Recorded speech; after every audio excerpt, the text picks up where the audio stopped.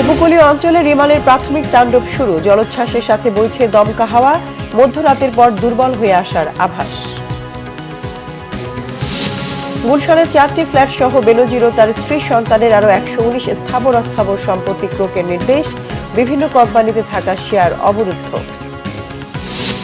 Grenade হামলায় সাজাপ্রাপ্ত তারেক রহমানকে দেশে ফিরিয়ে আনা হবে। সরকারের লক্ষ্য মানুষের শান্তি, অর্থনৈতিক নিরাপত্তা, বলেছেন প্রধানমন্ত্রী। বিচার হবে খালেদা জিয়াকে বিদেশে চিকিৎসায় বাধা দানকারীদের, বলেছেন মির্জা আব্বাস। গঠনমূলক বিরোধিতা চায় সরকার, জানিয়েছেন ওবায়দুল কাদের। এমপি আনার হত্যা তদন্তে ঢাকার গোয়েন্দারা কলকাতায়। শাহীনকে ফেরাতে ইন্টারপোলের সহায়তা কামনা। বেপরোয়া শিলাস্তির শাস্তি চান স্বজনরাও। দেখছিলেন বিআরবি কেবল সংবাদ শিরোনাম, এবার বিস্তারিত সংবাদ। প্রবল ঘূর্ণিঝড় রিমালের অগ্রভাগ বাংলাদেশের উপকূলে প্রবেশ করেছে। আঘাত এনেছে মোংলা ও খেপুপাড়ায়। সন্ধ্যা থেকে মধ্যরাত পর্যন্ত চলবে এর তাণ্ডব। মোংলা ও পায়রা সমুদ্র বন্দরে চলছে 10 নম্বর মহাবিপদ সংকেত। এদিকে দুর্যোগ ব্যবস্থাপনা ও ত্রাণ প্রতিমন্ত্রী মহিবুর রহমান জানিয়েছেন, দুপুর পর্যন্ত উপকূলীয় এলাকায় 8 লাখের মতো মানুষ আশ্রয় কেন্দ্রে উঠেছে। প্রস্তুত রাখা হয়েছে প্রায় 9,000 আশ্রয় কেন্দ্র। বিস্তারিত সৈকত সাদিকের প্রতিবেদনে। প্রবল ঘূর্ণিঝড় রিমাল পায়রা সমুদ্র বন্দরের 200 কিলোমিটার মধ্যে অবস্থান করা এই ঝড়ের অগ্রভাগ প্রবেশ করেছে উপকূলীয় এলাকায়। ঘন্টায় সর্বোচ্চ 120 কিলোমিটার গতিবেগের ঝড়টি খেপুপাড়া ও মংলা সহ উপকূলের বিভিন্ন এলাকায় এরই মধ্যে আঘাত এনেছে। আবহাওয়া অফিস বলছে, মধ্যরাত পর্যন্ত বাংলাদেশে এটি অবস্থান করবে। এটি আরও উত্তর দিকে অগ্রসর হয়ে আজ 26 মে 2024 সন্ধ্যা 6টা থেকে পরবর্তী 3 থেকে 4 ঘন্টার মধ্যে মংলার নিকট দিয়ে সাগর আইল্যান্ড এবং খেপুপাড়া উপকূল অতিক্রম করতে পারে। রবিবার বিশেষ বুলেটিনে এই ঘূর্ণিঝড়ের গতিবেগ তুলে ধরে আবহাওয়া অধিদপ্তর পায়রা ও মংলা সমুদ্র বন্দরকে 10 নম্বর মহাবিপদ সংকেত এবং চট্টগ্রাম ও কক্সবাজার সমুদ্র বন্দরকে 9 নম্বর মহাবিপদ সংকেত জারি করা হয়। উপকূলীয় এলাকায় জলোচ্ছ্বাসের পাশাপাশি ঝড় ও এর প্রভাবে সোমবার রাজধানী ঢাকা সহ রাজশাহী, খুলনা, ময়মনসিংহ এবং চট্টগ্রাম বিভাগের বিভিন্ন এলাকায় ভারী বর্ষণের আভাস আবহাওয়া অধিদপ্তরের। যখন এটা বাংলাদেশের উপরে অবস্থান করবে ল্যান্ড ডিপ্রেশন হিসেবে, তখন প্রবল বৃষ্টি হবে। এবারে বৃষ্টিপাত আমরা যেটা বলেছি 200-300 মিলিমিটার পার ডে হতে পারে। এদিকে ঘূর্ণিঝড়ের কবল থেকে রক্ষা পেতে উপকূলীয় অঞ্চলের মানুষদের জন্য আশ্রয় কেন্দ্রগুলো প্রস্তুত রাখার কথা জানান দুর্যোগ ব্যবস্থাপনা প্রতিমন্ত্রী। আমাদের অনেক অভিজ্ঞতা রয়েছে। আমরা আমাদের সেই অভিজ্ঞতার আলোকে এই দুর্যোগকে মোকাবেলার জন্য সার্বিকভাবে আমরা প্রস্তুত রয়েছি। আমরা ইতিমধ্যে আমাদের দুর্যোগ অঞ্চলে আমাদের সমস্ত খাবার এবং উপকরণ পৌঁছে গিয়েছে। রিমালের কারণে সোমবার সকাল পর্যন্ত বঙ্গবন্ধু টানেল বন্ধ থাকবে। সৈকত সাদিক, বাংলা ভিশন, ঢাকা।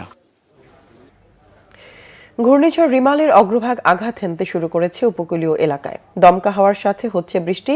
আশ্রয় কেন্দ্রে উঠেছে ঝুঁকিপূর্ণরা। কুয়াকাটার স্রোতে ভেসে গিয়ে একজনের মৃত্যু হয়েছে।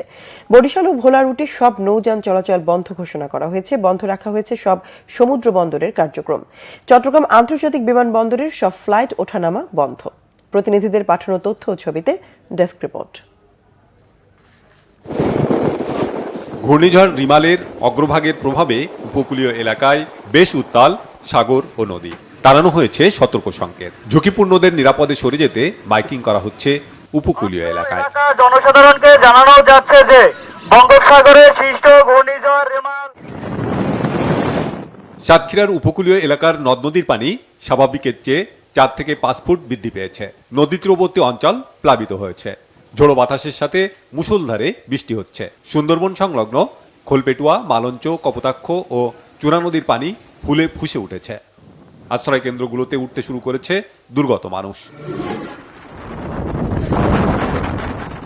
কুয়াকাটা ধোলাসার ইউনিয়নের কাওয়ারচর এলাকায় 5 থেকে 7 ফুট পানিতে তলিয়ে গেছে। এ সময় ঢেউয়ের তোড়ে ভেসে যায় একজন। 1 ঘন্টা পর তার লাশ উদ্ধার করা হয়। পিরোজপুরে কচা, বলেশ্বর, কালীগঙ্গা সহ বিভিন্ন নদীর পানি স্বাভাবিক জোয়ারের চেয়ে 1 থেকে 1.5 ফুট বৃদ্ধি পেয়েছে। ক্ষয়ক্ষতি এড়াতে ব্যাপক প্রস্তুতি নিয়েছে প্রশাসন। ভোলায় ফুসছে নদ নদী। প্রস্তুত রাখা হয়েছে আশ্রয় কেন্দ্র, স্বেচ্ছাসেবক ও মেডিকেল টিম। বরগুনায় দমকা হাওয়ার সাথে থেমে থেমে বৃষ্টি হচ্ছে। বড়ইতলার নদী তীরবর্তী এলাকা প্লাবিত হয়েছে। প্রশাসনের পক্ষ থেকে বারবার বলার পরও আশ্রয় কেন্দ্রে যেতে ছাড়া নেই সাধারণ মানুষের। মোংলা উপকূলে দমকা হাওয়ার সাথে গুড়ি গুড়ি বৃষ্টি হচ্ছে। বন্ধ রয়েছে বন্দরের স্বাভাবিক কার্যক্রম। নদীর পানি স্বাভাবিকের চেয়ে কিছুটা বৃদ্ধি পেয়েছে। প্রস্তুত রাখা হয়েছে আশ্রয় কেন্দ্র, খোলা হয়েছে কন্ট্রোল রুম। ঝালকাঠিতে এরই মধ্যে প্লাবিত হয়েছে নিম্নাঞ্চল। বৃষ্টি ও ঝড়ো হাওয়া বইছে। আতঙ্কে বিষখালী নদী তীরবর্তীরা। বেড়িবাঁধ না থাকায় বেশিরভাগ বাড়িঘরই অরক্ষিত। বিষখালী ও সুগন্ধা নদীর জোয়ারের পানি স্বাভাবিকের চেয়ে 2 থেকে 3 ফুট বৃদ্ধি পেয়েছে। আমরা বড় আতঙ্কে আছি বন্যার সিগন্যাল শুনে। কখন কি বন্যা ছুটে আমরা কি অবস্থায় থাকবো, কোথায় যাব, কোনো নিশ্চয়তা নাই। খুব আতঙ্কের মধ্যে আছি। আল্লাহ পাক ভবিষ্যতে কি করে আল্লাহ জানে। ঘর বাড়ি ঠাইগিরি আমরা তো জানি না, হ্যাঁ আল্লাহর পাকি জানে। ঘূর্ণিঝড় রেমালের কারণে রবিবার সকাল থেকে বরিশালে সব ধরনের নৌযান চলাচল বন্ধ করে দিয়েছে নৌবন্দর কর্তৃপক্ষ। দুর্যোগ মোকাবেলায় প্রস্তুতি রেখেছে জেলা প্রশাসন। ঘূর্ণিঝড় রিমালের ক্ষয়ক্ষতি এড়াতে ব্যাপক প্রস্তুতি নিয়েছে চট্টগ্রাম বন্দর কর্তৃপক্ষ। বন্দরের নিজস্ব অ্যালার্ট 3 জারি করা হয়েছে। খোলা হয়েছে 4টি কন্ট্রোল রুম। বন্ধ রাখা হয়েছে বন্দরের কার্যক্রম। বন্দর চ্যানেলের সব লাইটার জাহাজ শাহ আমানত সেতুর উজানে নোঙর করা হয়েছে। ঘূর্ণিঝড় রিমালের প্রভাবে কক্সবাজার সমুদ্র সৈকত উত্তাল রয়েছে। মাইকিং করে লোকজনকে নিরাপদ আশ্রয়ে চলে যেতে বলা হচ্ছে। Bangla vision news desk. পুলিশের সাবেক মহাপরিচালক বেনজির আহমেদ, তার স্ত্রী ও 3 সন্তানের আরও 113টি দলিলের সম্পদ এবং গুলশানের 4টি ফ্ল্যাট জব্দের আদেশ দিয়েছে আদালত। একই সঙ্গে বিভিন্ন কোম্পানিতে তাদের নামে থাকা শেয়ার অবরুদ্ধ করারও আদেশ দিয়েছে আদালত। দুদকের আবেদনের পরিপ্রেক্ষিতে রবিবার ঢাকা মহানগর সিনিয়র স্পেশাল জজ মোহাম্মদ আসামস জগলুল হোসেন এ আদেশ দেন। এর আগে বৃহস্পতিবার বেনজির আহমেদের 83টি দলিলের সম্পদ ক্রোকের আদেশ দিয়েছিল একই আদালত। এ বিষয়ে দুদকের আইনজীবী জানান, দুদকের বিধিমালা এবং আইন অনুযায়ী বেনজির আহমেদ ও তার পরিবারের অবৈধ সম্পদের অনুসন্ধান করছে দুদক। এরই ধারাবাহিকতায় অনুসন্ধানের অংশ হিসেবে সম্পত্তি জব্দের আবেদন করা হচ্ছে এবং আদালত থেকে নির্দেশ নেওয়া হচ্ছে। সুপ্রিম কোর্ট আইনজীবী সমিতির সভাপতি ব্যারিস্টার মাহবুব উদ্দিন খোকন বলেন, শুধু বেনজির নয়, যেসব কর্মকর্তার বিরুদ্ধে এ ধরনের অভিযোগ আছে তাদের বিষয়ে দুদকের ব্যবস্থা নেওয়া দরকার।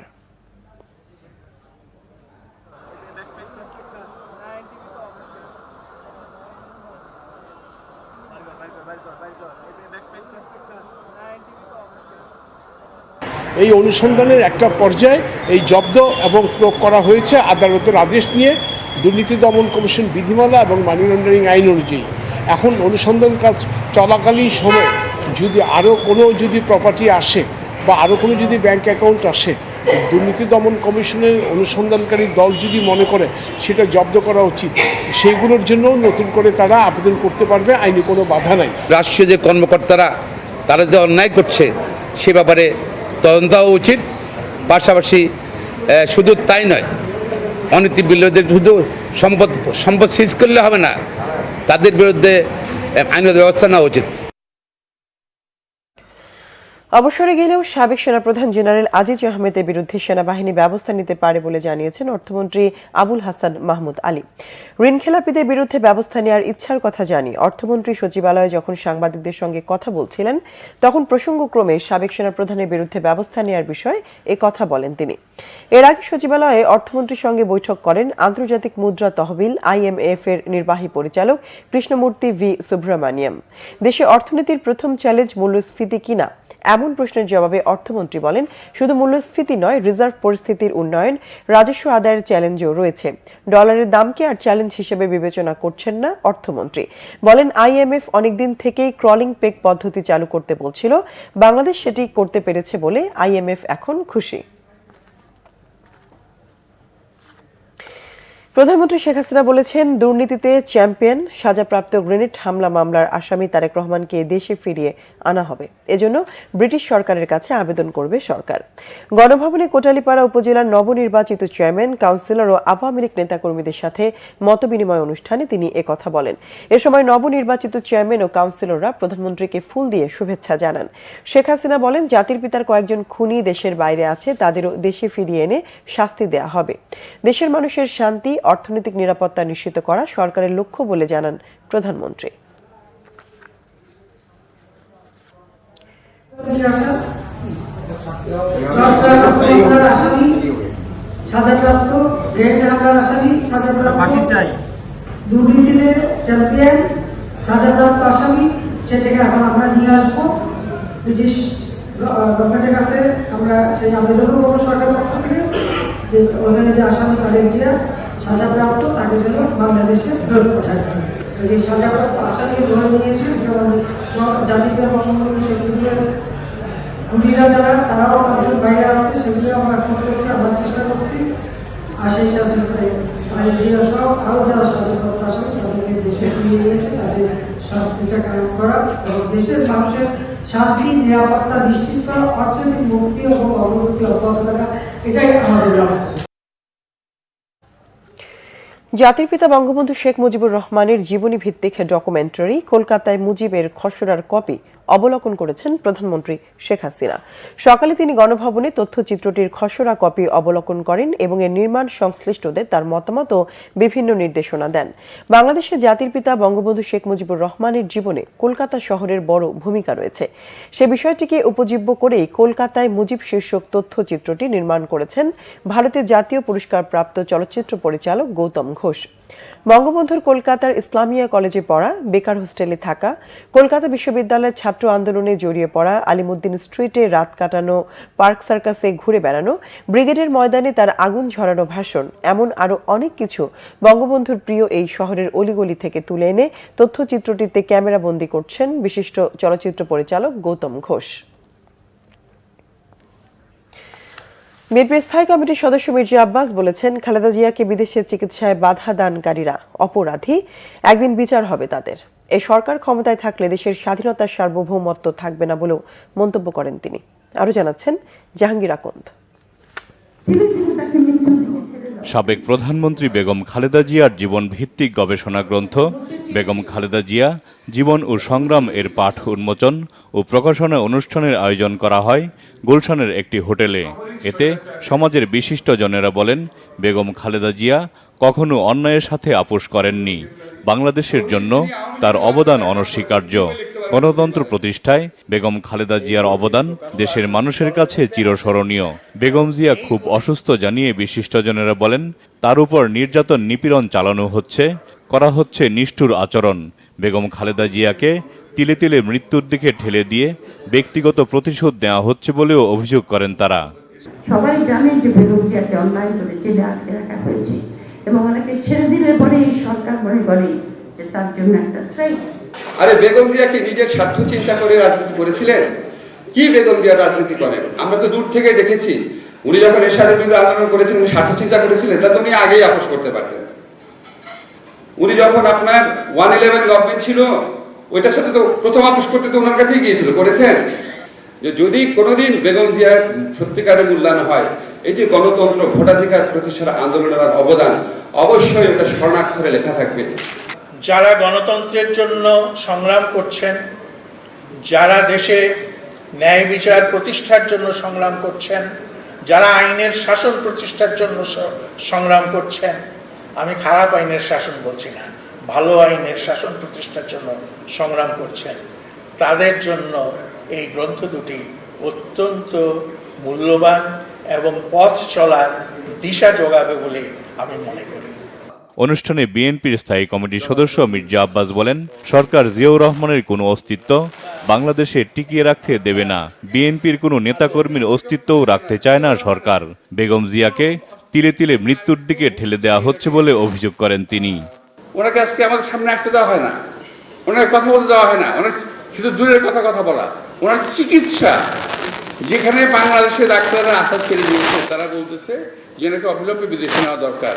বারবার বলার পরও জেনে শুনে একটা মানুষকে কিভাবে হত্যা করা হচ্ছে, এটা আজকে ইতিহাস সাক্ষী হয়ে থাকবে। যারা আজকে তাকে বিদেশে দিচ্ছে না, তারা ইতিহাসে অপরাধীর খাতে অপরাধী হবে এবং যখন সুযোগ আসবে ইনশাআল্লাহ তাদের বিচার হবে। বেগম খালেদা জিয়া জীবন ও সংগ্রাম বইটি প্রয়াত সাংবাদিক মাহফুজুল্লাহ রচিত। Begum Khaleda Zia her life her story এর বাংলা অনুবাদ। বেগম খালেদা জিয়ার প্রতি জাহাঙ্গীর আকন্দ, বাংলা ভিশন, ঢাকা। সরকার সমালোচনার বিরোধী নয়, তবে সমালোচনা গঠনমূলক হতে হবে বলেছেন আওয়ামী লীগের সাধারণ সম্পাদক ওবায়দুল কাদের। সাংবাদিকতার নামে লেখাপড়া নেই, সংবাদ বোঝে না এমন অনেকেই সরকারি অফিসে গিয়ে বসে থাকেন বলেও মন্তব্য তার। জাতীয় পার্টির চেয়ারম্যান কাদের বলেছেন, পেশাজীবী সংগঠনগুলো পেশার চেয়ে দলীয় পরিচয়কেই বেশি গুরুত্ব দিচ্ছে।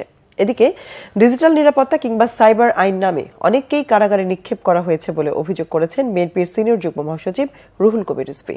মহিবুল্লাহ মুহিবের রিপোর্টে দেখুন বিস্তারিত। পেশাদার সাংবাদিকদের সবচেয়ে বড় সংগঠন ঢাকা রিপোর্টার্স ইউনিটির 3 দশকে পদার্পণ অনুষ্ঠান। প্রধান অতিথির বক্তব্যে আওয়ামী লীগ সাধারণ সম্পাদক ওবায়দুল কাদের বলেন, সমালোচনা শুদ্ধ করে, তাই আওয়ামী লীগ কখনো সমালোচনা বিরোধী নয়। সাংবাদিকতার নামে সাংবাদিকের নাম লেখা নেই, পড়া নেই, সাংবাদিকতা বুঝে না, ধারে কাছেও এমন অনেকে উল্টে অবসর দিয়ে দেখি সরকারি অফিসে বসে থাকে। সারা ঢাকায়ও এই অবস্থা আছে।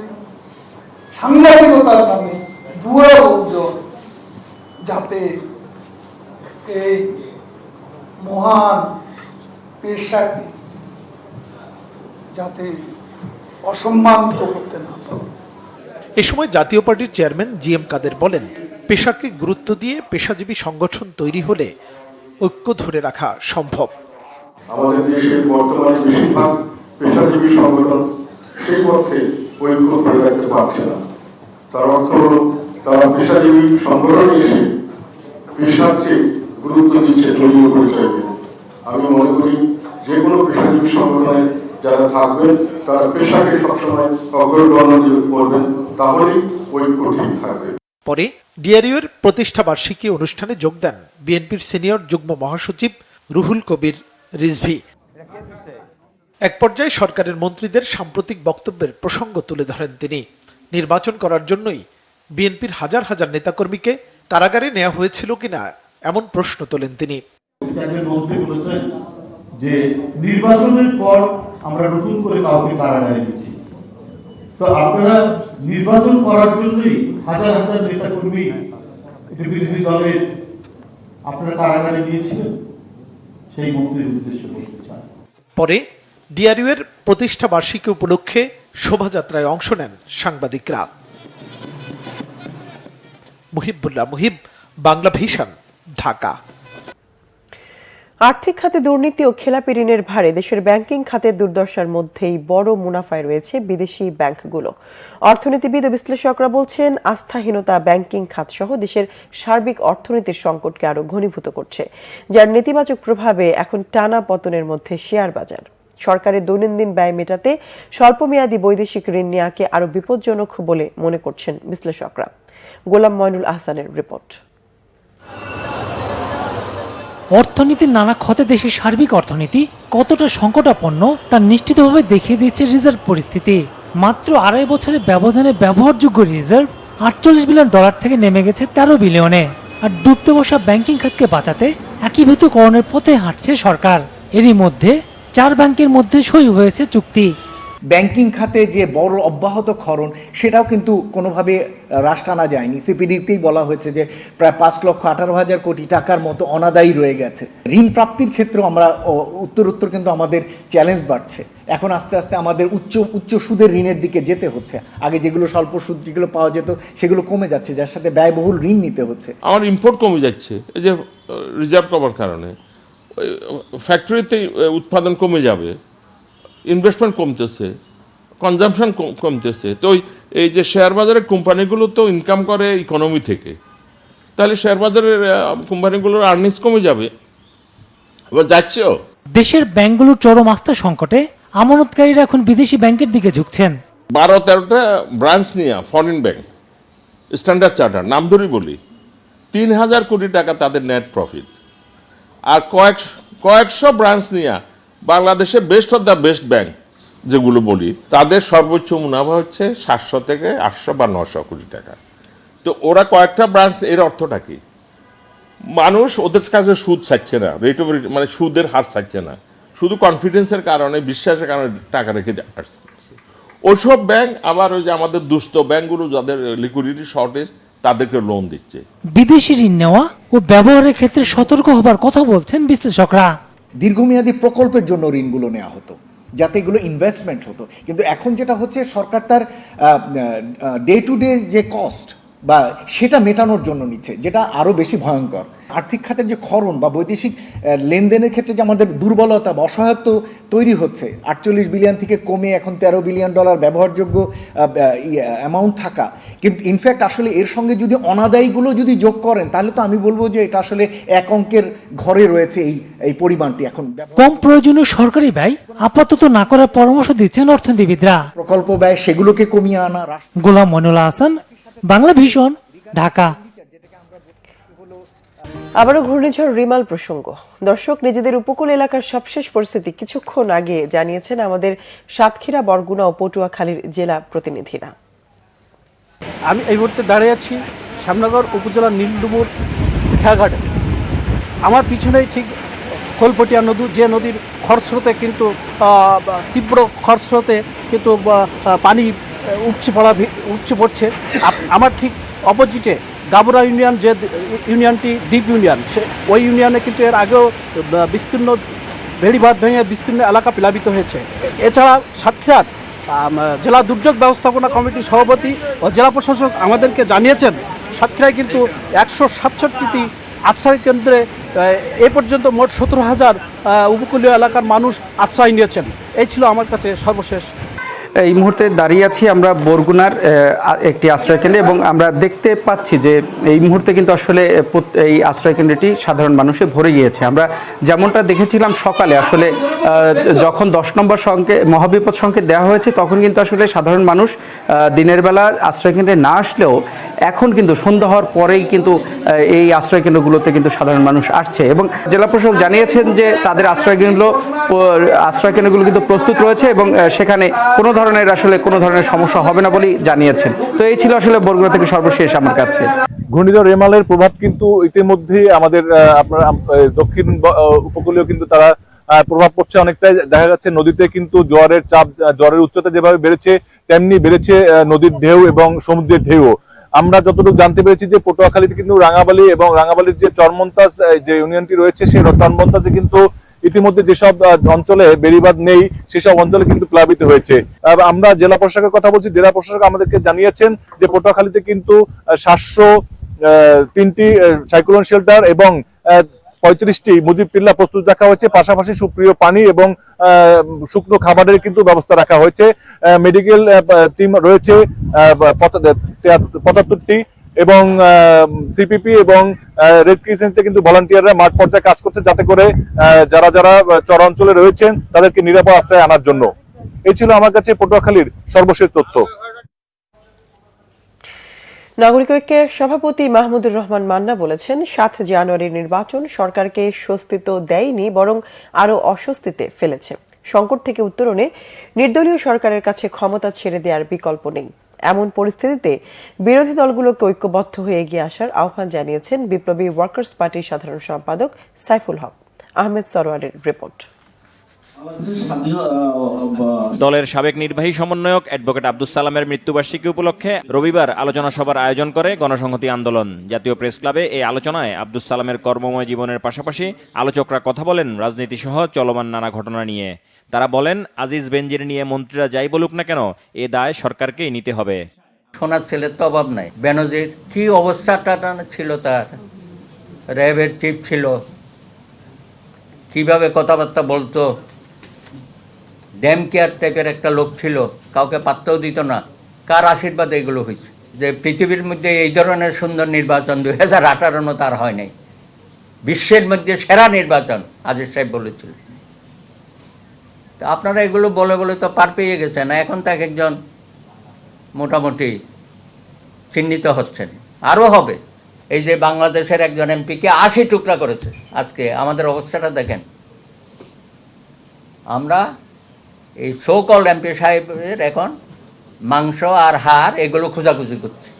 আমাদের ডিবি সাহেবের আর ইন্ডিয়ান ডিবি সাহেবদের এখন কাজ হয়েছে এই হাড়ের টুকরা আর মাংসের টুকরা বের করা। কি অদ্ভুত একটা অবস্থার মধ্যে আমরা পড়ে গেছি। যারা চালকের আসনে বসেছে তাদের পর্যন্ত ন্যূনতম কোনো ধরনের নিরাপত্তা তো পরের প্রশ্ন। মৃত্যুর পরে একজন মানুষের লাশ যে মর্যাদাটা দাবি করে এই রাষ্ট্র তার কুশীলবদেরকে সেইটুকু দেওয়ার মতো আসলে সামর্থ্য হারিয়ে ফেলছে। এমপি আনোয়ারুল আজিম, একটা রাষ্ট্রে যখন এইরকম প্রক্রিয়া থাকে যে আপনি আপনার লোককে হোয়াইট ওয়াশ করাবেন, ওয়াশিং মেশিন দিয়ে এইভাবে তাকে সামনে নিয়ে চলে আসবেন, আর আপনি বিরোধী দলকে টাকা ব্যাংকে থাকলেও তার মামলা বিচার এবং শাস্তি পর্যন্ত যাবে, 5 বছরের জেল 10 বছরও হবে, তাহলে এই রাষ্ট্রটাকে তারা এমন একটা জায়গায় নিয়েছেন যেটা ঠিক আর রাষ্ট্র বলে জায়গাটাতে নেই। বিরোধী নেতারা বলেন, বর্তমান যে রাজনৈতিক পরিস্থিতি তৈরি হয়েছে তাতে সরকার আর রাষ্ট্র একাকার হয়ে গেছে।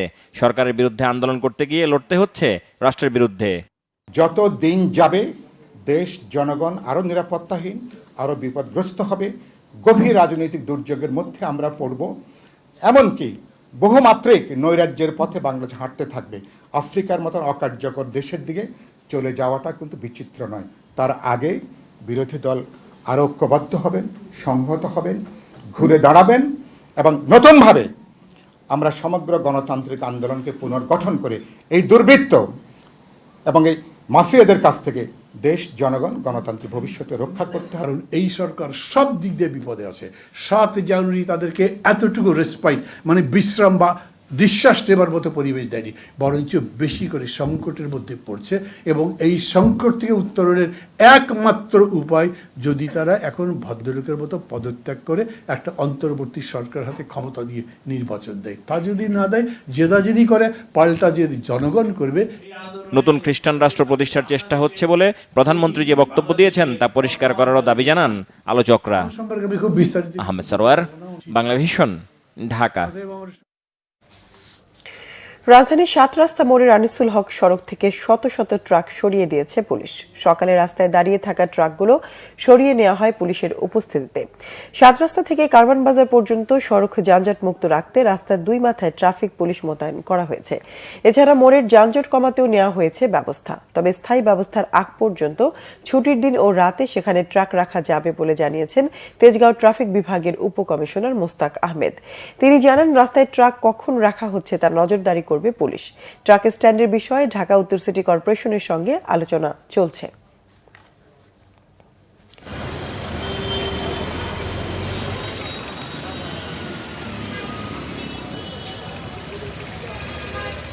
এখানে কিছু গ্যারেজ আছে যেখানে ট্রাকগুলো ঠিক করত, এখানে স্থায়ী কিছু ট্রাক, নষ্ট ট্রাক এখানে পড়ে থাকতো এবং রেস্টিং সময়ে অতিরিক্ত ট্রাক আসার কারণে মূল রাস্তাটা একেবারে বেহাত হয়ে গিয়েছিল। মানুষজন এখান দিয়ে চলাচল করার চেষ্টা করতো, কিন্তু মানুষজন না পারার কারণে মানুষজন এই রাস্তাটাকে অ্যাভয়েড করা শুরু করেছিল। হোলি ক্রস থেকে শুরু করে একেবারে আনিসুল হক সড়ক পর্যন্ত যাতে নির্বিঘ্নে মানুষ চলাচল করতে পারে, তার জন্য আমরা দীর্ঘ 3 মাস ধরে অপারেশনাল কাজ করে একটা সাস্টেনেবল লেভেলে এসেই আপনাদেরকে আমরা ঘোষণা দিচ্ছি যে আনিসুল হক সড়ক এখন থেকে সবসময় জনসাধারণের চলাচলের জন্য উন্মুক্ত থাকবে। এবার খেলার সংবাদ।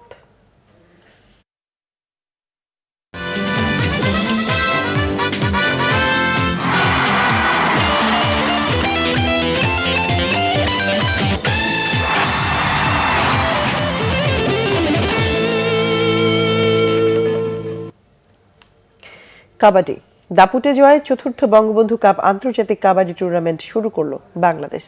উদ্বোধনী ম্যাচে লাল সবুজের দল ওয়ার্ল্ড কাপ সেমিফাইনালিস্ট দক্ষিণ কোরিয়াকে হারিয়েছে ৬৭-২২ পয়েন্টে। এশিয়ান কাপ নয়, বাংলাদেশের লক্ষ্য কাবাডি বিশ্বকাপের সাফল্য। সে লক্ষ্য পূরণে স্কুল পর্যায়ে কাবাডি ছড়িয়ে দিতে চান ক্রীড়ামন্ত্রী নাজমুল হাসান পাপন। ৪র্থ বঙ্গবন্ধু কাপ আন্তর্জাতিক কাবাডি টুর্নামেন্টের উদ্বোধনী অনুষ্ঠানে এই কথা জানান তিনি। মনির হোসেন খানের রিপোর্ট। পল্টন কাবাডি স্টেডিয়াম ছেড়ে বঙ্গবন্ধু আন্তর্জাতিক কাবাডি এবার গেছে মিরপুরে। সোহরাওয়ার্দী ইনডোর স্টেডিয়ামকে তাই সাজানো হয়েছে বর্ণিল সাজে। 12 দলের টুর্নামেন্ট, নাচে গানে স্বাগতিক বাংলাদেশ সহ 12 দেশের ঐতিহ্য সংস্কৃতি ফুটিয়ে তোলেন বাংলাদেশ পুলিশ সাংস্কৃতিক দল ও সরকারি শিশু পরিবারের সদস্যরা। সাংস্কৃতিক অনুষ্ঠানের সঙ্গে ছিল অংশগ্রহণকারী 12 দলের খেলোয়াড়দের মার্চ পাস্ট। টুর্নামেন্টের উদ্বোধন করেন যুব ও ক্রীড়ামন্ত্রী নাজমুল হাসান পাপন। বাংলাদেশের জাতীয় খেলা কাবাডি, অলিম্পিকে কাবাডি নেই, এশিয়ান গেমসেও এখন আর পদক আসে না। তবে এশিয়ার নয়, বিশ্বকাপে সাফল্য চান নাজমুল হাসান পাপন।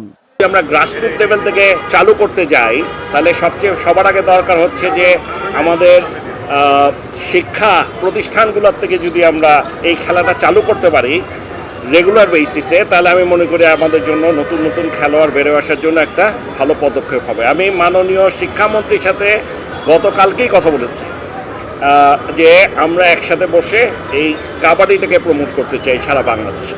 ঝিমিয়ে পড়া কাবাডিকে চাঙ্গা করতে তৃণমূলে ছড়িয়ে দেওয়ার আশ্বাস ক্রীড়ামন্ত্রীর। এখন আপনি ফুটবল দেখেন, ক্রিকেট দেখেন, কিন্তু কাবাডি কিন্তু দেখা যায় না। সো ফার্স্ট কাজটা হচ্ছে কাবাডিকে আবার সারা বাংলাদেশে পপুলার গেম হিসেবে তুলে নেওয়া, যেটাতে আমরা সকালে খেলতে চাই। এই পপুলারাইজ করলে ডেফিনেটলি তারপর যা যা করা দরকার, এখানে ফান্ডিংয়ের দরকার আছে, প্ল্যানিংয়ের দরকার, যা যা করা দরকার ওটা তো ওনাদের সাথে বসে মন্ত্রণালয় ডেফিনেটলি একটা প্ল্যান করবে। গত 3 আসরে চ্যাম্পিয়ন বাংলাদেশ, ভারত কিংবা ইরান নেই, এবারও টুর্নামেন্টের হট ফেভারিট স্বাগতিকরা। উদ্বোধনী ম্যাচে বড় জয়ই পেয়েছে বাংলাদেশ। বিশ্বকাপের সেরা 4 দলের একটি দক্ষিণ কোরিয়া কোনো প্রতিরোধই করতে পারেনি আরদুজ্জামান মিজানুর রহমানদের বিপক্ষে। প্রথমার্ধে বাংলাদেশ এগিয়ে ছিল 24-11 পয়েন্টে, দ্বিতীয়ার্ধে ব্যবধান আরও বড় হয়েছে। তারকা রেইডার মিজানুর রহমান একাই তুলে নিয়েছেন 21 পয়েন্ট। শেষ পর্যন্ত আব্দুল জলিলের শিষ্যরা মাঠ ছেড়েছে 67-22 পয়েন্টের বিশাল জয়ে। মনির হোসেন খান, বাংলা ভিশন, ঢাকা। সংবাদ শেষ করব বিআরবি কেবল শিরোনামগুলো আরেকবার জানিয়ে। উপকূলীয় অঞ্চলে রিমালের প্রাথমিক তাণ্ডব শুরু, জলোচ্ছ্বাসের সাথে বইছে দমকা হাওয়া, মধ্যরাতের পর দুর্বল হয়ে আসার আভাস। গুলশানে 4টি ফ্ল্যাট সহ বেনজির ও তার স্ত্রী সন্তানের আরো 119 স্থাবর অস্থাবর সম্পত্তি ক্রোকের নির্দেশ, বিভিন্ন কোম্পানিতে থাকা শেয়ার অবরুদ্ধ। গ্রেনেড হামলায় সাজাপ্রাপ্ত তারেক রহমানকে দেশে ফিরিয়ে আনা হবে, সরকারের লক্ষ্য মানুষের শান্তি, অর্থনৈতিক নিরাপত্তা, বলেছেন প্রধানমন্ত্রী। বিচার হবে খালেদা জিয়াকে বিদেশে চিকিৎসায় বাধা দানকারীদের, বলেছেন মির্জা আব্বাস। গঠনমূলক বিরোধিতা চায় সরকার, জানিয়েছেন ওবায়দুল কাদের। এমপি আনার হত্যা তদন্তে ঢাকার গোয়েন্দারা কলকাতায়, শাহীনকে ফেরাতে ইন্টারপোলের সহায়তা কামনা, বেপরোয়া শিলাস্তির শাস্তি চান স্বজনরাও। দর্শক, ছিল এখনকার মতো। পরের সংবাদ রাত 10:30। এর আগে 9টায় রয়েছে নিউজ 20। এছাড়া বাংলা ভিশন সংবাদ ও সংবাদ সংশ্লিষ্ট অনুষ্ঠান দেখতে ভিজিট করুন www.bvnews24.com ও facebook.com/banglavisionnews এবং সাবস্ক্রাইব করুন youtube.com/banglavisionnews। এতক্ষণ সঙ্গে থাকায় ধন্যবাদ সবাইকে।